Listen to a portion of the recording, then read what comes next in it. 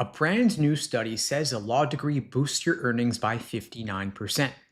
And that number is going to cost some of you a fortune. I read this study the same way I'd read an LSAT argument. And the reasoning errors and how people are interpreting it are the exact same errors that show up on the test. And so I'm going to walk you through what this study actually says, what it leaves out, and why the conclusion most people are drawing from it does not follow from the evidence.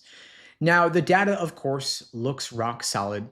Researchers at Yale and Vassar analyzed earnings records spanning more than 2 decades. Before law school, the average graduate was making about $55,000. After, about $132,000.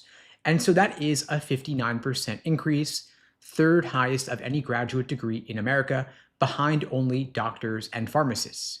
MBAs only saw a 16% bump. And so law degrees didn't just beat most graduate degrees, it crushed them. Now, the sample is massive, the researchers are credible, and the conclusion feels like a green light to go to law school, saying, go apply to law school, take on the debt, law school is worth it. Your parents are probably texting you this article right now. And if you're studying for the LSAT, you've probably been told to trust large data sets and peer-reviewed research. And so you'd think this should be settled. But not if you're reading carefully. There is a gap between what this study proves and what people are using it to conclude. And on that LSAT, that gap has a name. It's called an assumption. Now, the earnings in this study run from the early 1990s through 2018. The most recent data point it covers is already 7 years old. Of course, law school tuition has climbed since then. The legal job market looks different today. AI is reshaping how legal work gets done right now. And so you're making a decision about 2026 with data that stopped before the pandemic. On the LSAT, you'd flag this immediately. The evidence describes one time period, the conclusion applies to another. That is a temporal gap. The argument assumes conditions have not changed. And in legal education, that assumption is wrong. And I'll get to the biggest problem in a second. But first, here is something nobody's mentioning. This entire study is built on data from one state. The Texas Education Research Center provided the information. Now, of course, Texas has a strong legal market with several good law schools and a lower cost of living than New York or California. Now, whether these numbers translate to someone attending law school in the Northeast, the Midwest, or really anywhere else is an open question. The study doesn't address it, and the headlines definitely don't. On the LSAT, you would call this a scope problem. The evidence covers one population in one region. The conclusion people are drawing is universal, and that is a jump the data doesn't support. Now, let's talk about what this study is actually measuring and who it's measuring. It tracks people who finished law school and graduated and got their degree. It doesn't track the people who started law school, took on a year or two of debt, and then dropped out. Of course, those people exist. They have law school debt and no law degree. Their earnings certainly did not go up 59%. Their earnings probably went down because they lost years of income and gained debt with nothing to show for it. Now, when you only measure the winners, every investment's going to look brilliant. The study also reports averages. Average earnings before, average earnings after, average return. Now, averages are fine for describing populations, but you are not a population. You are a single individual choosing to go to law school at a particular price point. The researchers themselves found that higher ranked schools produced significantly higher returns, and they say it directly. A graduate of a top 14 law school walking into a $225,000 big law salary and a graduate of a school ranked 90th making $52,000 both get folded into that same 59%. On the LSAT, you've heard about this flaw. It is part to whole. What's true of the group on average is not necessarily true of any individual member.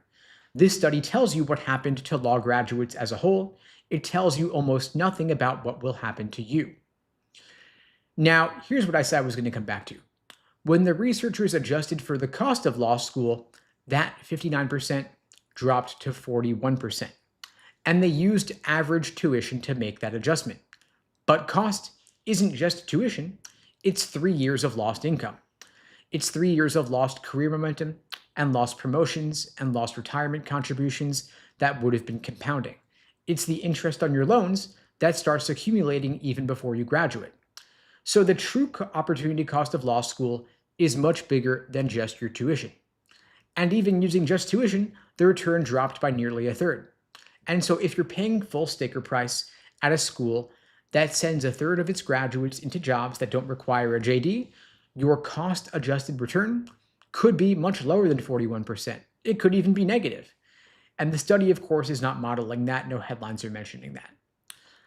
Let me make this concrete. Say you take on $180,000 in debt to attend a law school ranked around 80th. The median starting salary there might be $65,000. You spent 3 years out of the workforce.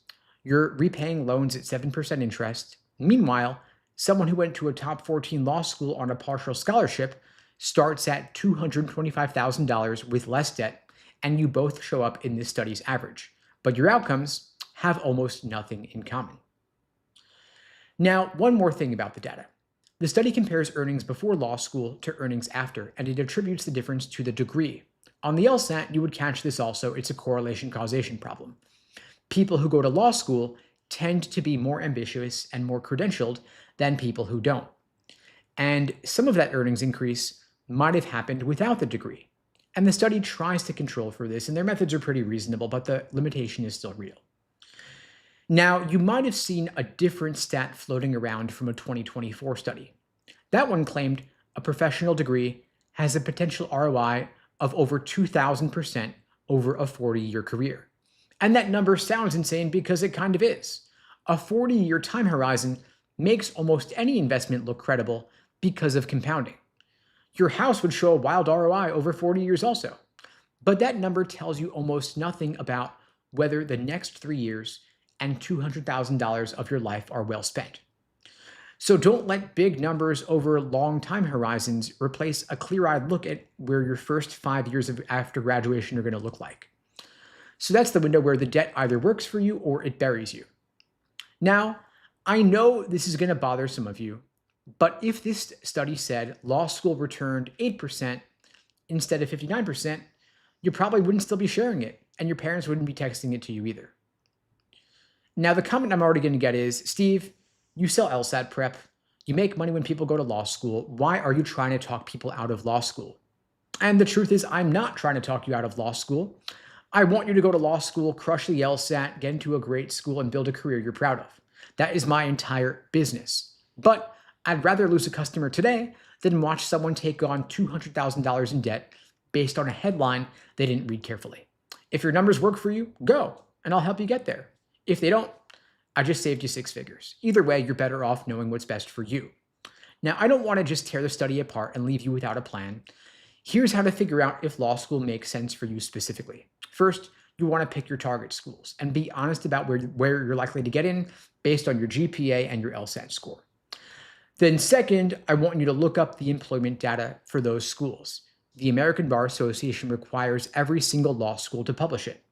You want to find the percentage of graduates getting full-time, long-term, bar passage required jobs. That is the number that matters, not the school's marketing, not the US News rankings, the actual placement rate into real legal jobs. And then third, I want you to find out what those jobs pay. Look at the median starting salary, not the average. The median tells you what a typical graduate earns. The average gets distorted by a few big law salaries. Then you also want to calculate your likely debt, including tuition after any scholarship you would realistically get, living expenses for 3 years, and the interest that builds while you're in school. Then you want to do the math and ask, is the salary you're likely to earn enough to service that debt and still build the life you want? If yes, go. If the answer is unclear, that's a sign you want to improve your LSAT score, target different schools, or negotiate harder for scholarship money before you commit. So just spending 5 minutes on crunching the numbers will tell you more about your future than this entire study can. Now, the study is not wrong. The data they're using are real, and a law degree can be one of the best financial decisions you ever make. But can be and will be are separated by the school you pick, the price you pay, and the plan you have for what comes after. And only your math can help you determine whether it's right for you. And if you can't read the study and spot the gaps in the reasoning, that's still one more sign You should sharpen your analytical skills before you go to law school. And that's what the LSAT's measuring in the first place.